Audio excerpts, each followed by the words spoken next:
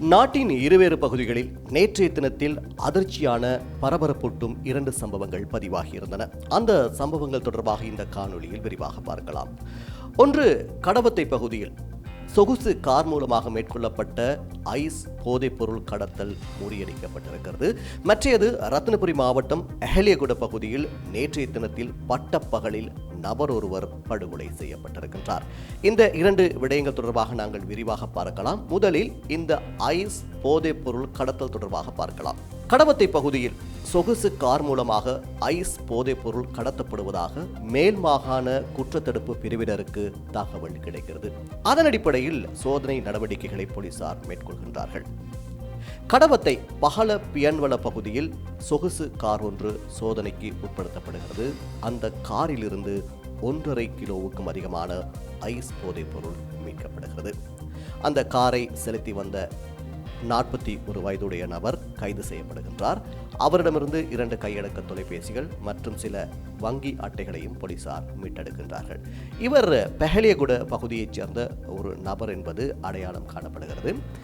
எனவே அவர் சர்வதேச போதைப்பொருள் கடத்தல்காரர்களோடு தொடர்பு வைத்திருக்கின்றாரா அல்லது பாதாள உலக கும்பலோடு இவருக்கு தொடர்பு இருக்கிறதா என்ற கோணத்தில் போலீசார் தீவிர விசாரணைகளை மேற்கொண்டு வருகின்றார்கள். கடந்த காலங்களில் பல்வேறு சந்தர்ப்பங்களில் மிகப்பெரிய அளவிலான போதைப்பொருள் மீட்கப்பட்டன. பல்வேறு நபர்கள் கைது செய்யப்பட்டார்கள். கடந்த காலங்களில் வெளிநாடுகளிலிருந்தும் கூட பல பாதாள உலக குழு உறுப்பினர்கள் கைது செய்யப்பட்டார்கள். அவர்கள் வழங்கிய தகவல்களின் அடிப்படையில் பெருமளவிலான போதைப் பொருட்கள் இலங்கையில் மீட்கப்பட்டன. தொடர்ந்தும் பல்வேறு பகுதிகளில் இதுபோன்று போதைப் பொருட்கள் மீட்கப்படுவதை நாங்கள் காணக்கூடியதாக இருக்கின்றது. அதன் அடிப்படையில் தான் நேற்றைய தினத்திலும் கடவத்தை பகுதியில் ஒருவர் கைது செய்யப்பட்டிருக்கின்றார். அதேபோன்று நேற்றைய தினத்தில் ரத்தினபுரி மாவட்டத்தில் அஹலியகுட பகுதியில் மிகவும் அதிர்ச்சி அளிக்கக்கூடிய ஒரு சம்பவம் பதிவாகி இருந்தது. பட்டப்பகலில் நடுவீதியில் ஒருவர் கொடூரமாக வெட்டி கொலை செய்யப்பட்டிருக்கின்றார். மோட்டார் சைக்கிளில் வந்த ஒரு கும்பலே இந்த சம்பவத்தை செய்திருக்கிறது. இவ்வாறு அந்த சம்பவத்தை செய்த நபர்கள் அங்கிருந்து தப்பிச் சென்றிருக்கின்றார்கள்.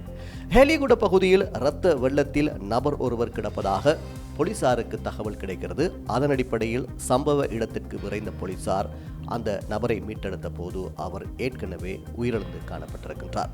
சம்பவம் தொடர்பாக போலீசார் தீவிர விசாரணைகளை மேற்கொண்டு வருகின்றார்கள். இந்த கொலைக்கான காரணம் என்ன என இதுவரையிலும் கண்டறியப்படவில்லை. தனிப்பட்ட தகராறு காரணமாக இவர் கொலை செய்யப்பட்டாரா அல்லது போதைப் பொருள் கும்பலுக்கு இடையிலான மோதல் காரணமாக இவர் கொலை செய்யப்பட்டாரா அல்லது வேறு காரணங்கள் ஏதும் இருக்கின்றனவா என்ற கோணங்களின் அடிப்படையில் போலீசார் விசாரணைகளை ஆரம்பித்திருக்கின்றார்கள். குறிப்பாக அந்த பகுதியில் வீதி ஓரமாக இருக்கக்கூடிய சிசிடிவி காணொளிகளை அவர்கள் விசாரணைக்காக பயன்படுத்துவதற்கு நடவடிக்கை எடுத்து வருவதாக சொல்லப்படுகிறது.